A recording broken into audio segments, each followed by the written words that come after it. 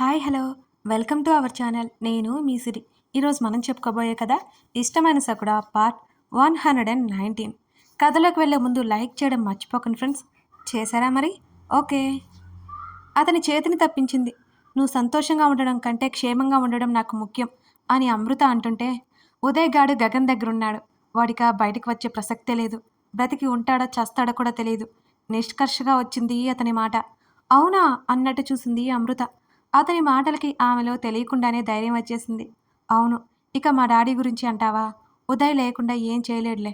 Already మంచాన పడి ఉన్నాడు. నువ్వు ఎక్కువ ఆలోచించకు. మనకి సంతోషంగా బ్రతికే రైట్ ఉంది అమ్ము. ఎవడి మూలనో లైఫ్ లాంగ్ బాధగా బ్రతికేసే కర్మ మనకి లేదు అంటూ ఆమె రెండు చెంపల మీద సున్నితంగా తుడిచాడు. శరణ్య ఎక్కడా? శృతి వచ్చి వెళ్ళింది. ఇవాళ దాంతో పాటు ఉంటానంటే సరే అన్నాను అన్నది అమృత. ఓకే, అక్కడ ప్రాబ్లం ఏం లేదు కదా? లేదు. ఉదయం నుంచి ఇలాగే ఉన్నావా? అతను అడుగుతుంటే సమాధానం చెప్పలేదు అమృత. తల కిందకి దించుకున్న ఆమె ముఖాన్ని పైకెత్తాడు. నెమ్మదిగా ఆమె పాపిట్లో ముద్దు పెట్టుకున్నాడు. ఆమె కనులు మూసుకుపోయాయి. ఆమె కనుల మీద పెదవులు తాకించి అతని పెదవులు ఆమె ముక్కు మీద ప్రయాణిస్తుంటాయి. ఆమె శరీరం విపరీతంగా వణికింది అతని పనులకి. వెళ్ళి ఫ్రెష్ అయ్యి రా, డిన్నర్కి వెళ్దాం అంటూ ఆమెనే చూస్తూ చెప్పాడు కమల్. నెమ్మదిగా కళ్ళెత్తి చూసింది అమృత. అతి సమీపంగా ఉన్న అతన్ని చూసి ఆమె కళ్ళు దించుకుంది. రోజు బయట ఎందుకు? నువ్వు కొంచెం రిలీఫ్గా ఫీల్ అవుతావు అని అన్నాడు కమల్. నీతో ఉంటేనే నేను రిలీఫ్గా ఫీల్ అవుతాను, బయట ఎక్కడో కాదు అని అంటున్న ఆమె మాటలకి అతని పెదవుల మీద చిన్న నవ్వొచ్చింది. ఆమె భుజం మీద పట్టు బిగించి దగ్గరికి లాక్కున్నాడు. గాఢంగా ఆమెను కౌగిలించుకున్నాడు కమల్. ఆ కౌగిలి ఆమెకి భద్రంగా ఉంది. అతనికి మనశ్శాంతినిస్తోంది. రాత్రి 7 గంటలకి వర్ష తల్లిదండ్రులతో పాటు పార్వతమ్మ కూడా వచ్చేసింది. వర్షకి స్పృహలోకి వచ్చింది. తల్లిదండ్రులు అడుగుతుంటే సమాధానమే చెప్పలేదు వర్ష. వర్ష తల్లి ఏడుస్తోంది. ఆమె తండ్రి ఎంతగానో అడుగుతున్నాడు. వారిద్దరి బాధ చూస్తుంటే తప్పు చేశాను అనిపించింది వర్షకి.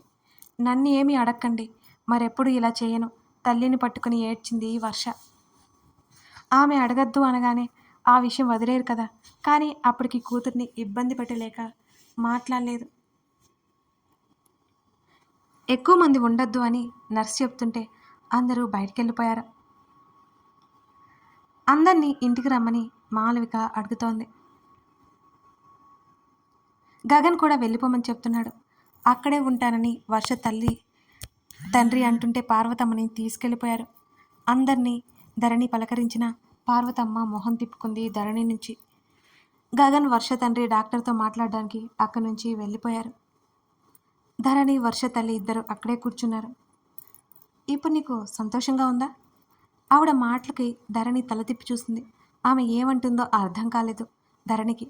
అయోమయంగా ముఖం పెట్టుకుంది.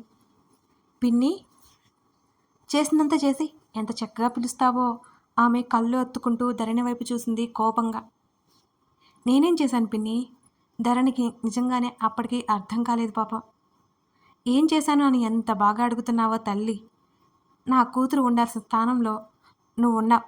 లేకపోతే దానికి ఈరోజు ఈ గతి పట్టేదా? ఆమె ఆ అక్కసంతా వెలగక్కుతుంటే ఆవిడ అలా కూడా మాట్లాడగలదని అప్పుడే అర్థమైంది ధరణికి. చిన్నప్పటి నుంచి దాన్నే మా వదిన కోడలుగా చేయాలని చూస్తుంటే నువ్వు మీ అమ్మ ఉన్నారే నా కూతురి జీవితాన్ని నాశనం చేయడానికే వచ్చారు. గగన్ని పెళ్లి చేసుకొని సంతోషంగా ఉన్నావు.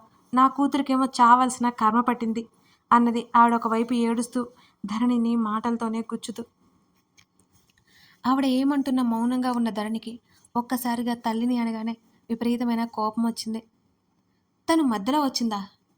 వీళ్ళందరూ తన అమ్మమ్మ చనిపోయాక ఎందుకు ఇలా మారిపోయారు? ఆమె ఉన్నన్ని రోజులు అందరూ ఎంత వినయంగా ఉండేవారు. ధరణి ఏదో అనబోతుండగా గగన్ రావడంతో ఆగిపోయింది. వీళ్ళ మనస్తత్వాలు అతనికి తెలియడం ఆమె ఇష్టపడలేదు. బాధని ఆమెలో కోపం కప్పేసింది. మ్లానమైన ధరణి ముఖం చూసి రమ్మన్నట్టు అతని చేత్తో సైగ చేశాడు. ధరణి లేచి అతని దగ్గరికి నడిచింది. చూసి వెళ్దాం పదా అన్నాడు గగన్. ధరణి తల ఊపింది. ఇద్దరూ లోపలికెళ్లారు. వర్ష తల్లిదండ్రులిద్దరూ బయట కూర్చుని ఉన్నారు. ఎదురుగా వాళ్ళిద్దరూ కనిపించగానే వర్ష సర్దుకుని కూర్చుంది. ఆమె ముఖం ఎర్రగా కమిలిపోయి బాధతోనో, అవమానంతోనో, భయంతోనో, దేనితోనో మరి ముడుచుకుపోయింది. వర్ష, ఎందుకిలాంటి పిచ్చి పని చేశావు? ఆమెనే బాధగా చూస్తూ అడిగింది ధరణి. వర్ష మాట్లాడలేదు. తలదించుకుంది. అడుగుతుంటే వినిపించట్లేదా నీకు? గగన్ గొంతు సీరియస్‌గా వచ్చింది. అతని చేతి మణికట్టు దగ్గర గట్టిగా పట్టుకుని, గట్టిగా అరవద్దన్నట్టు ఆపింది ధరణి. అసలే ఎంత బాధలో ఉండి అలా జరిగిందో అని అతన్ని ఆపే ప్రయత్నం చేసింది ధరణి. వర్ష ధరణి వైపు చూస్తుంది. పర్లేదు చెప్పు. సూటిగా చూశాడు Gagan. I I'm pregnant. Varsha నుంచి ఆ మాట వచ్చిన మరుక్షణం అతని కళ్ళు ఎర్రజీరలు కమ్ముకున్నాయి. లాగిపెట్టి ఆమె చెంప మీద కొట్టేశాడు. వర్ష మాటలకి అప్పటికే ఆశ్చర్యంతో కళ్ళు పెద్దవి చేసి చూస్తున్న ధరణికి అతను కొట్టడంతో ఇక ఉలిక్కిపడింది. భవా, ఏం చేస్తున్నావు నువ్వు? ఆమె కంగారుగా అతని చేతిని గట్టిగా పట్టుకుంది. చెంప మీద చేయి పెట్టుకుని తలదించుకుంది వర్ష. ఆమె ఏడుస్తున్నట్టు ఆమె భుజాలు అదురుతున్నాయి. బుద్ధుందా నీకు? ఛట్! గగన్ విసుగ్గా అరిచాడు. వర్ష ప్రెగ్నెంట్ అవ్వడం వల్ల అతనికి కోపం వచ్చిందేమోనని ధరణి అనుకుంది. బేబీని మోస్తూ ఇలా సెన్స్లెస్గా ఎలా బిహేవ్ చేయాలనిపించిందో నీకు? అతను గట్టిగా అరవడంతో ధరణి అతని వైపు చూసింది. అతను బేబీ గురించి ఆలోచించాడా? వర్ష గురించి కాదు. నిజమే, ఆమె పర్సనల్ థింగ్స్ అతను ఇన్వాల్వ్ అవడా అసలు. ధరణి ఇద్దరినీ చూస్తోంది మౌనంగా నిలబడి. వర్ష అలాగే ఏడుస్తోంది. ఆదిత్య చేతిలో మోసపోయాను అంటూ 2 చేతుల్లో ముఖం దాచుకుంది వర్ష. ఆమె వెక్కి వెక్కి ఏడుస్తుంటే ధరణికి జాలి వేసి గబుక్కున ఆమెను చేరి దగ్గరికి తీసుకుంది ధరణి. ధరణిని చుట్టుకొని ఏడవసాగింది వర్ష. గగన్ అసహనంగా చూశాడు వర్షని. నేను తీసుకెళ్తాను అన్నాను కదా, ఎందుకు వెళ్ళావు వాడి దగ్గరికి అని అడిగాడు గగన్. ఆ ఆదిత్య ఎవరో అర్థం కాలేదు ధరణికి. అతను గగన్కి కూడా తెలిసినట్టు అనిపించడంతో ధరణికి ఇంకా ఆశ్చర్యం కలిగింది. వాళ్ళు మాట్లాడుకునే విషయాలను వినసాగింది. తను నా మెసేజ్కి రిప్లై ఇచ్చాడు. ఇవాళ కలవాలి అంటే వెళ్ళాను. He is a cheater. ఆమె మరలా భోరుమంది. నుదురుద్దుకున్నాడు గగన్. ఇలాంటి పంచాయతీలు చూస్తుంటే అతనికి చాలా చిరాగ్గా ఉంటుంది. ఆదిత్య వర్షని మోసం చేయడం జరగని పని. ఇద్దరి మధ్య ఎలాంటి కన్వర్జేషన్ నడిచి ఉంటుందో అతను అంచనా వేయగలడు. ఆదిత్య ఎందుకు వర్షతో అలా బిహేవ్ చేసి ఉంటాడో కూడా అతనికి తెలుసు. సరే, వాడు చీటర్ అయితే చచ్చిపోతావా? గగన్ గద్దించాడు. ఆ అరుపుకి ధరణి కూడా ఉలిక్కిపడి చూసింది అతని వంక. నాకు ఆ టైంలో అదే అనిపించింది. పెళ్లి కాకుండా ప్రెగ్నెంట్ అంటే అంటూ ఆమె మరలా ఏడవసాగింది.